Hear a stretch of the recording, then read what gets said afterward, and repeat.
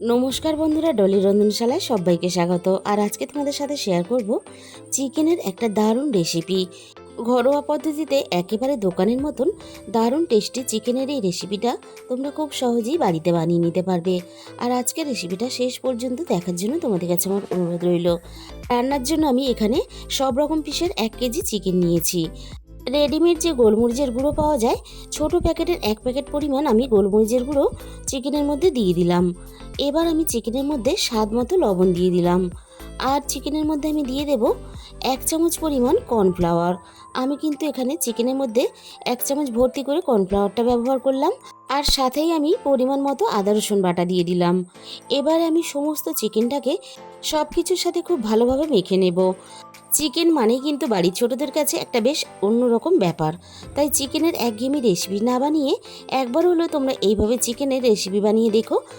এতটাই টেস্টি হয় যে চিকেন তুমি এভাবে একবার রান্না করলে তুমি কিন্তু নিজেই বারবার এই পদ্ধতিতেই রান্না করবে। চিকেনটাকে আমি খুব সুন্দর করে মেখে নিলাম। আর চিকেনটা কিন্তু রেস্টে রাখার দরকার নেই। আমি সাথে সাথেই দেখো বানানোর জন্য কড়াইয়ের মধ্যে পরিমাণ মতো তেল দিয়ে দিলাম। আর এই রান্নাটা কিন্তু সাদা তেলেই করব বা সাদা তেলেই করতে হবে, তবেই কিন্তু চিকেনের কালারটা রান্নার পরে দেখতে ভালো লাগবে। তেলটা আমি প্রথমে মিডিয়াম ফ্লেমে খুব ভালোভাবে গরম করে নিয়েছি। এবারে দেখো একে একে চিকেনগুলো ভাজার জন্য আমি তেলের মধ্যে দিয়ে দিলাম। আর এরকম একটা কড়াই হলে তাহলে অনেকটা পরিমাণ চিকেন একসাথে তোমরা দিয়ে ভেজে নিতে পারবে। আর চিকেনের একটা সাইড খুব ভালোভাবে ভাজা হয়ে গেছে, তাই অপর সাইডটা আমি ভাজার জন্য উল্টে দেব। আর গোলমরিচের গুঁড়োটা কিন্তু খুব বেশি পরিমাণ দিয়ে চিকেনটাকে মাখবে না, তাহলে কিন্তু একটা চিটচিটে ঝালভাব চলে আসবে, খেতে ভালো লাগবে না। আমি দেখো সমস্ত চিকেনগুলো খুব ভালোভাবে নাড়াচাড়া করে ভেজে নিয়েছি। এবার আমি সমস্ত চিকেনগুলোকে তেলে থেকে ছেঁকে তুলে নেব। আর আমাদের অনেকেরই ধারণা আছে চিকেনের লেগ দিয়েই শুধুমাত্র দোকানের মতো দারুণ টেস্টি চিকেনের রেসিপি বানানো যায়। তা কিন্তু নয়। চিকেনের সব রকমের পিস দিয়েও কিন্তু একেবারে পারফেক্ট দোকানের মতো স্বাদের চিকেন বানানো যায়। রেসিপিটা শেষ পর্যন্ত দেখার পরে তোমরা সেটা বুঝতেই পারবে। বাকি চিকেনগুলো ঠিক একইভাবে আমি ভাজার জন্য তেলের মধ্যে দিয়ে দিলাম। চিকেনগুলো ওদিকে ভাজা হতে থাক। এবার আমি একটা মশলা বানিয়ে নেব। এর জন্য আমি একটা মিক্সিং জার নিয়ে নিয়েছি। মিক্সি জারের মধ্যে আমি প্রথমে অল্প একটু ভাঙা কাজু বাদাম দিয়ে দিলাম। এবার আমি কাজু বাদামের সাথে অল্প একটু চারমগজ দিয়ে দিলাম। আর সাথে আমি ঝালের জন্য 4টে কাঁচা লঙ্কা দিয়ে দেব। এই রান্নাটা কিন্তু আমি পুরোটাই কাঁচা লঙ্কার ঝালে রান্না করব। ঝাল লঙ্কার গুঁড়ো কিন্তু আমি এই রান্নাতে ব্যবহার করব না, তাহলে রান্নার কালারটা চেঞ্জ হয়ে যাবে, দেখতেও ভালো লাগবে না। আর সাথে কিন্তু এই রান্নাটা অত্যাধিক পরিমাণে ঝাল করবে না, তাহলে কিন্তু খেতে ভালো লাগবে না। অল্প পরিমাণ জল দিয়ে দিলাম।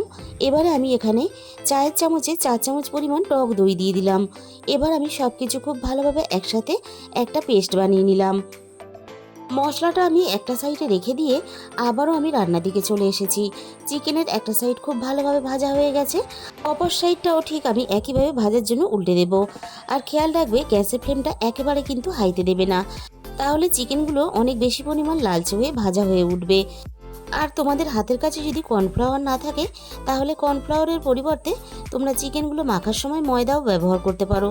তবে ময়দা ব্যবহার করলে খুব বেশি পরিমাণ কিন্তু ময়দা ব্যবহার করবে না, তাহলে চিকেনগুলো ভাজার পরে একটা শক্ত ভাব চলে আসবে। বাকি চিকেনগুলো ঠিক একইভাবে আমি ভেজে রেডি করে নিলাম।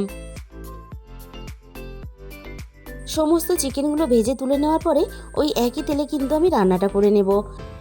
আর এই রান্নার জন্য আমি আগে থেকে বড় সাইজের 3টে পেঁয়াজ কেটে রেখে দিয়েছিলাম। সমস্ত পেঁয়াজগুলো তেলের মধ্যে দিয়ে এবার আমি গ্যাসের ফ্লেমটা মিডিয়ামের থেকে লোতে দিয়ে আমি এবার পেঁয়াজগুলোকে একটু সময় নিয়ে নাড়াচাড়া করে ভেজে নেব। আর এই রান্নাতে তেলের পরিমাণটা কিন্তু আমি একটু বেশি ব্যবহার করেছি। তেলের পরিমাণটা এই রান্নাতে একটু বেশি ব্যবহার করলে তাহলে দোকানের মতন বেশ একটা চটপটা ভাব আসবে, আর রান্নার কালারটাও দুর্দান্ত আসবে। তবে তেলের পরিমাণটা অবশ্যই তোমরা নিজেদের মতো করেই ব্যবহার করবে। পেঁয়াজগুলো দেখো আমি নাড়াচাড়া করে বেশ নরম করে ভেজে নিয়েছি। পেঁয়াজের মধ্যে সুন্দর একটা মিষ্টি কালার চলে এসেছে। আর আগে থেকে আমি একটা বড় সাইজের ক্যাপসিকাম বেশ বড় বড় টুকরো করে কেটে রেখেছিলাম, পেঁয়াজের সাথেই আমি দিয়ে দিলাম। আর ক্যাপসিকামটা আমি পেঁয়াজের সাথেই নাড়াচাড়া করে ভেজে নেব। তবে খুব বেশি ভাজবো না, বেশ একটু কালার চেঞ্জ হয়ে নরম হয়ে যাবে এরকম করে ক্যাপসিকামটাকে ভেজে নিতে হবে। মিনিট ৩-৪ মতো আমি ক্যাপসিকামটা পেঁয়াজের সাথে নাড়াচাড়া করে ভেজে নিয়েছি। আর ক্যাপসিকামের গায়ের কালারটাও কিন্তু চেঞ্জ হয়ে গেছে। এর থেকে কিন্তু আমি আর বেশি ভাজবো না। এবারে আমি রান্নার মধ্যে পরিমাণ মতো আদা রসুন বাটা দিয়ে দিলাম। আদা রসুন বাটাটাও খুব ভালোভাবে নাড়াচাড়া করে কষিয়ে নেব, যতক্ষণ না আদা রসুনের কাঁচা গন্ধটা চলে যায়। আদা রসুন বাটাটা আমি খুব ভালোভাবে নাড়াচাড়া করে কষিয়ে নিয়েছি। এবারে আমি একে একে গুঁড়ো মশলাগুলো দিয়ে দেব। প্রথমে আমি দিয়ে দিলাম কালারের জন্য 1 চামচ পরিমাণ কাশ্মীরি লঙ্কার গুঁড়ো, আর দিয়ে দিলাম আমি এখানে 1 চামচ পরিমাণ ধনে গুঁড়ো, আর দিয়ে দেব আমি এখানে 1 চামচ পরিমাণ জিরে গুঁড়ো, আর রান্নায় স্বাদ মতো লবণ দিয়ে দিলাম। আর এই রান্নাতে আমি কিন্তু কোনো রকম হলুদ গুঁড়োরও ব্যবহার করব না। এবার আমি এখানে স্বাদ মতো অল্প একটু চিনি দিয়ে দিলাম। যেহেতু আমি রান্নাতে টক দই ব্যবহার করব, তাই অল্প একটু চিনি দিলে তাহলে স্বাদের ব্যালেন্সটা ঠিক থাকবে। এবার আমি সমস্ত মশলা খুব ভালোভাবে একটু সময় নিয়ে কষিয়ে নেব। আর বন্ধুরা, আজকের এই চিকেনের রেসিপিটা শেষ পর্যন্ত দেখার পরে তোমাদের যদি ভালো লেগে থাকে তাহলে প্লিজ একটা ভিডিওতে লাইক করে দিও, আর প্রচুর প্রচুর নিজেদের বন্ধুদের মধ্যে শেয়ার করে দিও। আর যে সমস্ত বন্ধুরা এখনও পর্যন্ত আমার চ্যানেলটাকে সাবস্ক্রাইব করোনি, এরকম নতুন নতুন রেসিপি পেতে অবশ্যই আমার চ্যানেলটাকে সাবস্ক্রাইব করে পাশে থাকা বেল আইকনটা অল করে দিও, তাহলে আমি যখনই কোনো নতুন রেসিপি আপলোড করব সবার আগে তোমার কাছে পৌঁছে যাবে। সমস্ত মশলা আমি খুব ভালোভাবে কষিয়ে নেওয়ার পরে আগে থেকে পেস্ট করা মশলাটা আমি দিয়ে দিলাম, আর সাথে আমি মিক্সির বাটি ধোয়া অল্প একটু জল দিয়ে দিলাম। আবারও আমি সব কিছু একসাথে খুব ভালোভাবে নাড়াচাড়া করে কষিয়ে নেব। আর এই মশলা কষানোর সময় অবশ্যই গ্যাসের ফ্লেমটা একেবারে লোতে দিয়ে রাখবে, না হলে টক দইটা ফেটে যেতে পারে। সব কিছু আমি বেশ অনবরত এইভাবে নাড়াচাড়া করে খুব ভালোভাবে কষিয়ে নেব। আর বন্ধুরা, চিকেনের এই রেসিপিটা বানিয়ে লুচি, পরোটা বা রুটির সাথেও যেমন খেতে ভালো লাগে, তেমনই কিন্তু ফ্রাইড রাইস, পোলাও বা গরম গরম ভাতের সাথেও খেতে ভালো লাগে। সব কিছু আমি দেখো খুব ভালোভাবে কষিয়ে নিয়েছি। এবারে আমি পরিমাণ মতো জল দিয়ে দিলাম। তবে এই রান্নাটা কিন্তু খুব বেশি একেবারে ঝোল করে রান্না করলে খেতে ভালো লাগবে না, সেরকম হিসাব করে জলটা দিয়ে দিতে হবে। সব কিছুর সাথে মশলা খুব ভালোভাবে নাড়াচাড়া করে মিশিয়ে দিলাম। মিনিট 5 মতো আমি ঝোলটা খুব ভালোভাবে ফুটিয়ে রেডি করে নিয়েছি। এবার আমি একে একে ভাজা চিকেনগুলো ঝোলের মধ্যে দিয়ে দেব। আর বন্ধুরা, একবার হলেও তোমরা বাড়িতে এই রেসিপিটা অবশ্যই ট্রাই করে দেখো। আর তোমাদের কেমন লাগলো অবশ্যই কমেন্ট বক্সের মাধ্যমে আমাকে জানাতে কিন্তু ভুলো না। ঝোলের সাথে চিকেনগুলো আমি নাড়াচাড়া করে মিশিয়ে দেব, আর চিকেনগুলো আমি খুব ভালোভাবে সিদ্ধ হতে দেব। চিকেনগুলো খুব ভালোভাবে সিদ্ধ হওয়ার জন্য আমি কিছুক্ষণের জন্য ঢাকা দিয়ে দিলাম। মিনিট 20 পরে আমি কড়াই থেকে ঢাকাটাকে সরিয়ে নিলাম। আর মাঝখানে কিন্তু বন্ধুরা আমি একবার ঢাকাটাকে সরিয়ে চিকেনটাকে নাড়াচাড়া করে দিয়েছিলাম। আর লবণ, ঝালের পরিমাণ সব কিছু ঠিক আছে কি না দেখে নিয়েছিলাম।